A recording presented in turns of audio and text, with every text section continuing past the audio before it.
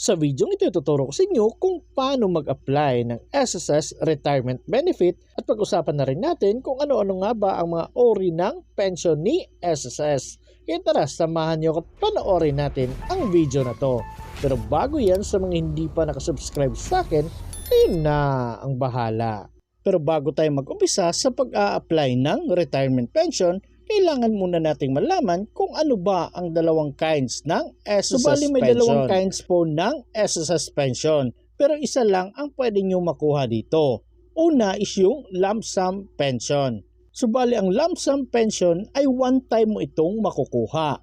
So kanino ito apply or applicable? Basta lahat ng mga contribution mo nung nagsimula ka palang maghulog kasama ng mga earnings ay ibibigay lahat sa iyo ni SSS. Pati na yung mga hulog mo nung ikaw ay voluntary, self-employed, employed at OFW. Lahat yun ibibigay sa iyo. Tandaan na ang lump sum ay applicable lamang sa mga nakapaghulog ng 36 months up to 119 months na total contribution.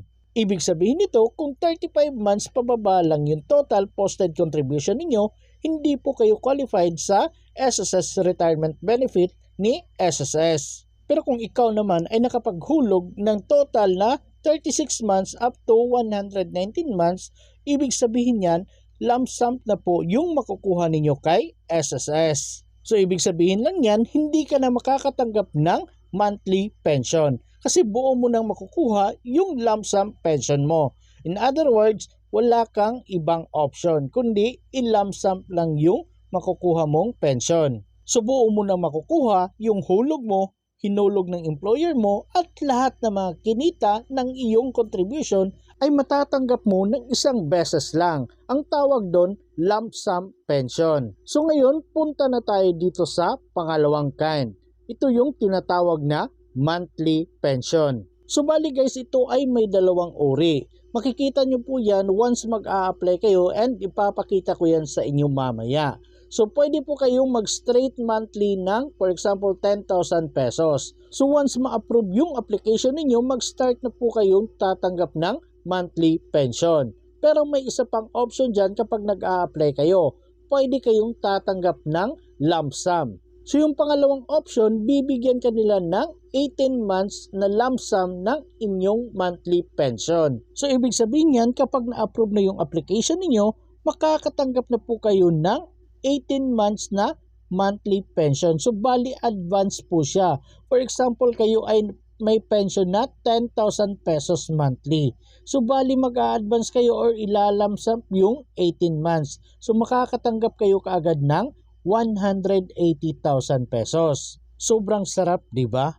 Kasi kung iisipin mo, tatanggap ka lang ng 10,000 pesos monthly pero ibibigay sa iyo ni SSS ng buo yung 18 months na yun. So bali makukuha nyo po yun ng isang bagsakan lang. So bali dati 36 months nga yan pero ngayon ginawa na lang nilang 18 months. So kung iisipin mo mas maganda pa rin kung 36 months sana pero okay na rin yung 18 months. At after nyo makuha ng buo yung total na 18 months na monthly pension ninyo, mag-aantay naman kayo ng 18 months para makatanggap ulit ng pension. So bali in advance nyo lang yung 18 months na total monthly contribution ninyo.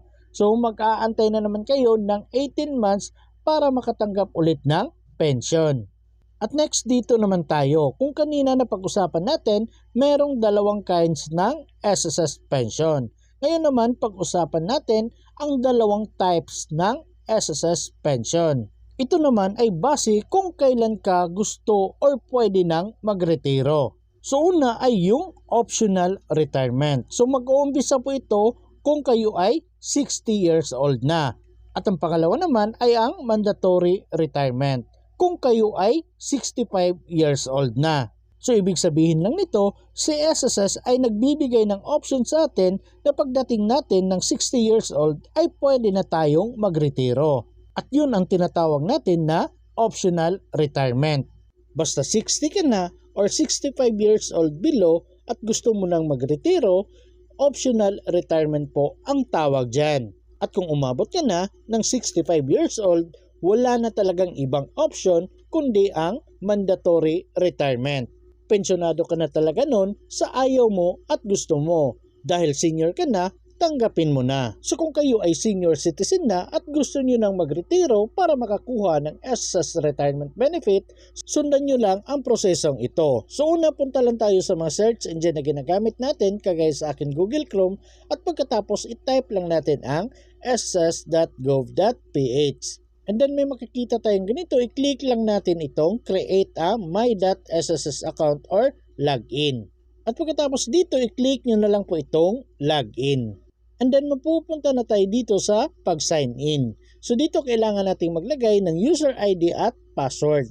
By the way guys, kung hindi pa kayo nakagawa ng user ID at password, may video na po akong ginawa kung paano mag-create ng user ID at password sa inyong SSS account. Ilalagay ko na lang po yung link sa description box para hindi na kayo mahirapang maghanap. So kung nalagay nyo na yung user ID at password niyo, pwede nyo na pong i-click itong sign in. And then may makikita kayong ganito, one-time PIN through SMS. So i-click nyo na lang po itong get PIN. At mapupunta na kayo dito sa paglalagay ng one-time password na marireceive ninyo galing sa inyong cellphone number na nakaregister sa inyong SSS account. By the way, sa mga hindi nakakaproceed dito kasi nawala na yung cellphone number na nakaregister sa kanilang SSS account, may video pa akong ginawa kung paano mag-login kahit wala na yung cellphone number ninyo. So panoorin nyo or hanapin nyo na lang po sa mga videos ko. So bali may marireceive po kayong text at yung OTP na makikita nyo doon, ilagay nyo na lang po dito. At pagkatapos at kung nalagay nyo na, i-click nyo na lang po itong login. At mapupunta na po tayo dito sa homepage ng ating SSS online account. At dahil sa gusto nating mag-apply ng SSS retirement benefit, so hanapin at i-click na lang natin itong retirement benefit. So ito po yun. After that, kung ganito yung makikita ninyo, ibig sabihin yan, kailangan nyo po munang i-update yung record ninyo kay SSS. So pwede nyo i-update yung mga personal information kagaya ng email address at yung mga UMID savings account ninyo, dapat active din po yan. And dapat meron kayong bank account na nakaregister sa inyong SSS online account. Kasi doon po ihuhulog yung pera na makukuha nyo galing kay SSS. At para sa mga nahihirapang mag-register ng bank account sa kanilang SSS account disbursement enrollment module, may video na pong ginawa, pwede ko pong ilagay sa description box, hanapin nyo na lang po, or kung hindi nyo makita, i-check nyo na lang or i-review nyo yung mga videos ko, nandyan lang po yan. So kung meron na kayong bank account or e-wallet na nakaregister sa inyong SSS disbursement account, pwede na po kayong makaproceed. So ganito na po yung makikita ninyo. So dito kailangan natin fill upan ang mga information na kinakailangan nila. So una dito ay yung date of separation. So ilagay nyo po yung petsa kung kailan kayo tumigil sa pagtatrabaho. And by the way, kung kayo ay voluntary naghuhulog or self-employed, ilagay nyo na lang po dito kung kailan kayo nag 60 years old. So bali yung client ko ay nag-retire siya July 30, 2024. Kaya ito yung nilagay natin dito. At kung okay na at nakalagay na kayo, pwede nyo nang i-click itong proceed.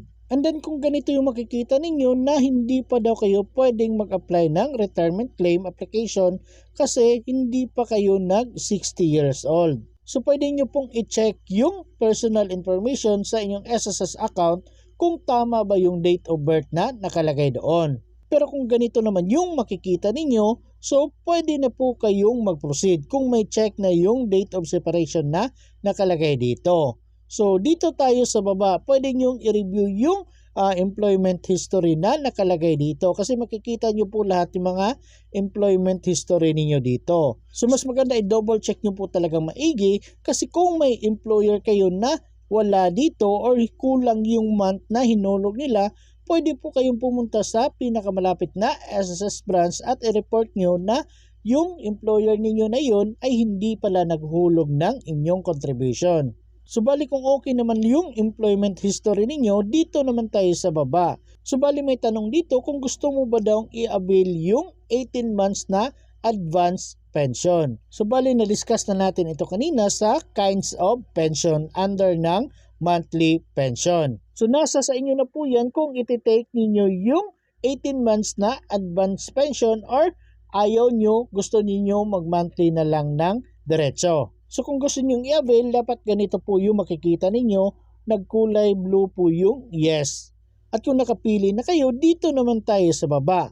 For example guys, maraming bank account or e-wallet na nakaregister sa inyong SSS disbursement account.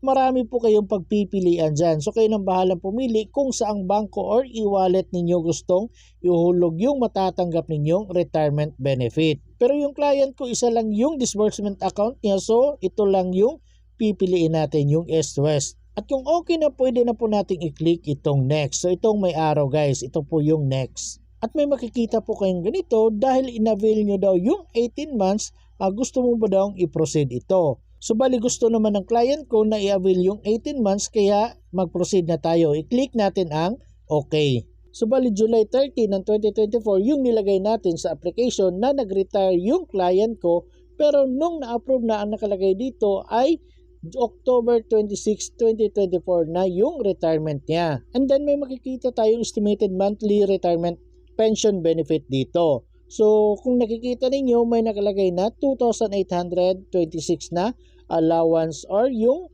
makukuha niyang pension monthly. Pero hindi pa yan yung fix na makukuha talaga niya kasi i-recompute pa yan ni SSS. So dito may makikita tayong would you like to proceed this application retirement. So kung gusto nyo at wala naman problema at okay naman lahat, pwede nyo na pong i-click itong next. So itong may arrow lang po. And then may makikita tayong online certification undertaking dito. So pwede nyo pong basahin lahat yan at kung agree naman kayo at wala naman problema, pwede nyo pong i-click itong box katabi ng check to certify and proceed. At kung may check na, magkukulay green po yan at pwede na po tayong makaproceed. So i-click lang natin itong proceed. And then may makikita po kayong ganito, successful na daw yung pag-submit ninyo ng application. And then may nakikita kayong reference number dito, mas maganda screenshot nyo na lang po to para may ipapakita kayo if ever may problema yung application ninyo. At para sa mga nagtatanong kung ilang days or weeks matatanggap yung pera, based sa aking experience guys, may in-apply ako dati, 1 to 2 weeks talaga pumasok yung retirement claim benefit ng SSS. And then may na-receive din akong email na kagaya nito. So, successful na daw ang pag-submit ko ng retirement claim benefit. So, pwede nyo pong screenshot ulit yan kasi merong reference number. And then, mag-antay-antay lang kayo, mga ilang days, 1 week or 2 weeks ganyan, may marireceive din kayong text na kagaya nito. Na na-approve daw yung retirement claim mo, tapos may date dito kung kailan na-approve, then may date din dito sa baba kung kailan papasok yung pera sa disbursement account na naka-enroll sa inyong SSS. So bali, check nyo na lang from time to time yung bank account na na-register ninyo or yung pinili niyo na hulugan ng retirement claim ninyo, baka pumasok na yung pera doon.